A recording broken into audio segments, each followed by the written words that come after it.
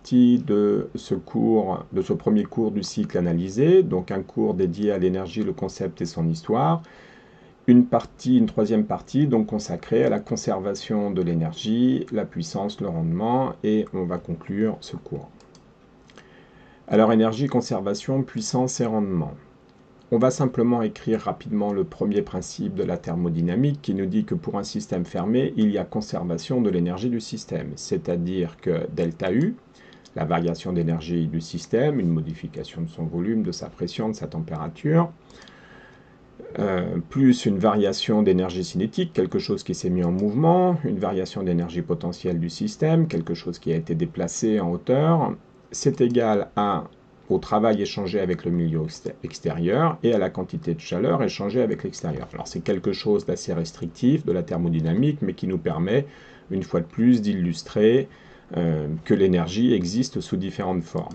Et en particulier que, on l'a déjà dit, on ne consomme pas d'énergie, on la transfère, on la transforme, et cette transformation se fait avec des pertes sous forme de chaleur. Alors imaginons un système qui voit son énergie varier d'une valeur delta E, donc la conservation d'énergie nous dit que cette énergie elle est bienvenue de quelque part. Donc on a reçu delta E. On a reçu delta E par exemple d'un deuxième système qui lui a vu son énergie baisser de la valeur delta E. Donc on a un moins delta E et l'ensemble des deux systèmes, si on considère qu'ils sont isolés, on voit bien qu'on a un bilan énergétique nul. L'énergie a augmenté d'un côté et a baissé de l'autre. On va s'intéresser au transfert de l'énergie du système 2 vers le système 1. Ce transfert ne s'est pas fait de manière instantanée. Il a pris un certain temps, delta t. Ça veut dire que quelque part, on a eu un transfert d'énergie, il a pris un certain temps, on a en moyenne un certain nombre de joules transférés par seconde. On a un débit d'énergie. Ce débit d'énergie, le nombre de joules moyens transférés par seconde, c'est ce qu'on va appeler la puissance. La puissance P, donc elle se définit très simplement, c'est la variation d'énergie pendant le temps delta t, donc c'est le rapport delta E sur delta t. P sera exprimé en watts, de symbole W, et on peut écrire très facilement de la première relation que delta E, c'est P delta t. Voilà. Donc les deux concepts puissance et énergie, ils sont vraiment à comprendre de manière très clair.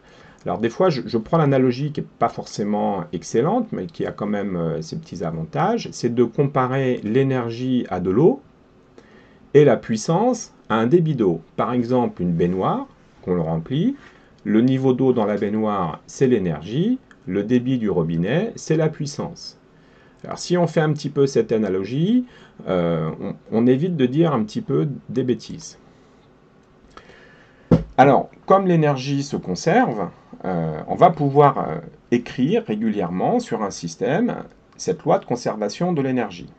Alors ici, par exemple, une chaudière, on lui apporte un combustible, fuel, gaz, on fait brûler ce combustible, donc on a un processus de conversion d'énergie chimique en chaleur. Il va falloir ensuite transférer cette chaleur dans un circuit hydraulique avec un échangeur thermique.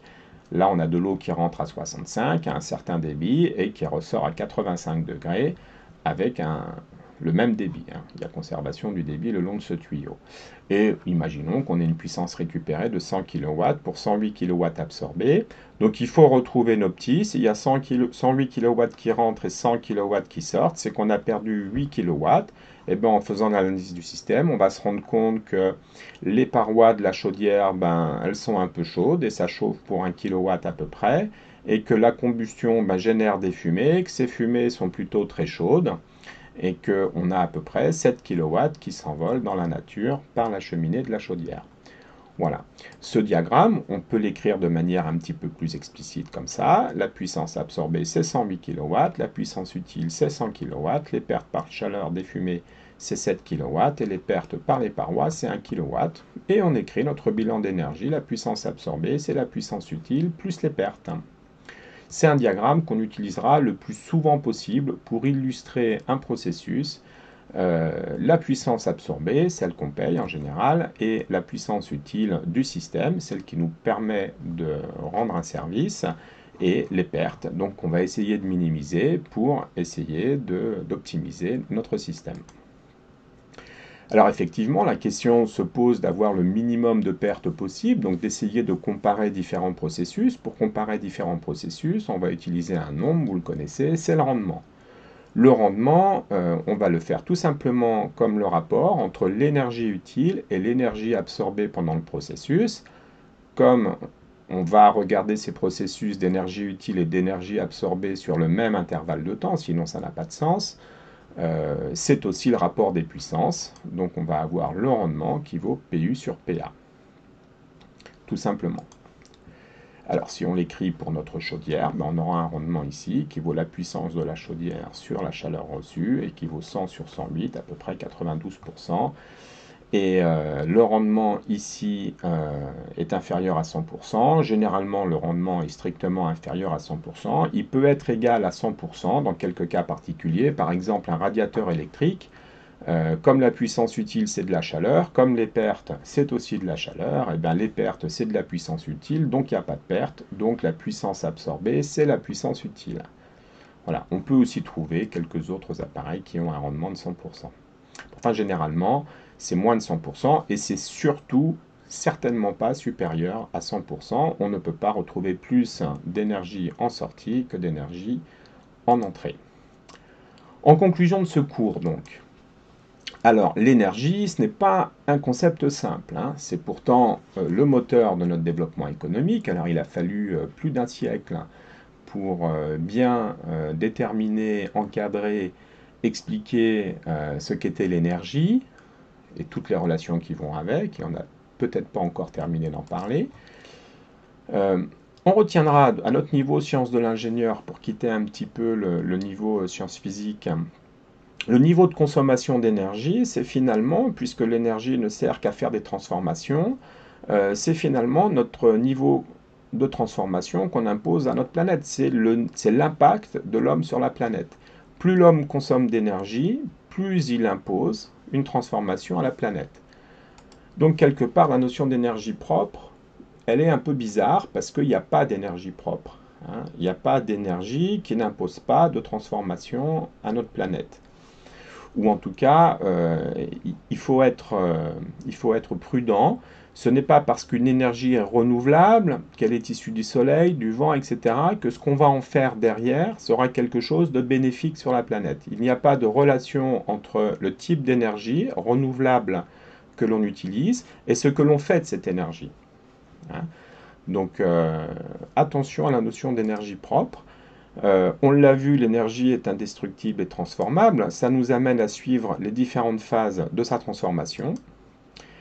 Et donc, on va écrire des diagrammes de conservation de l'énergie d'un système.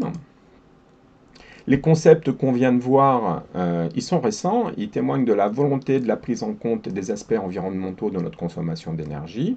Et ils nous donnent des outils et un vocabulaire pour expliquer et comprendre tous les aspects de notre consommation d'énergie. Ces outils, on va les utiliser dans le prochain cours pour étendre, toujours sur les concepts d'énergie, pour étendre notre réflexion aux aspects environnementaux. Certains termes sont parfois incomplets, on l'a vu, ou impropres. Énergie renouvelable, c'est plutôt mode de transformation d'énergie inépuisable à l'échelle humaine.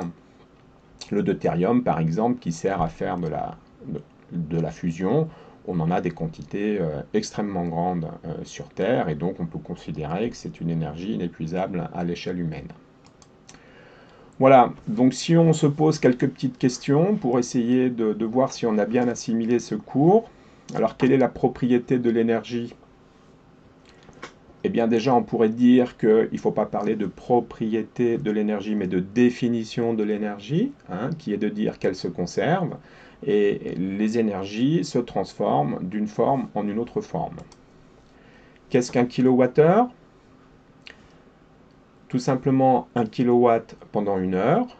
1 kilowatt, c'est 1000 watts. Une heure, c'est 3600 secondes. 1000 fois 3600, 3,6 mégajoules. Qu'est-ce qu'une TEP? On l'a vu également, une tonne équivalent pétrole. Donc c'est l'énergie stockée dans une tonne équivalent pétrole, 11 630 kWh. Qu'est-ce que le rendement d'un processus?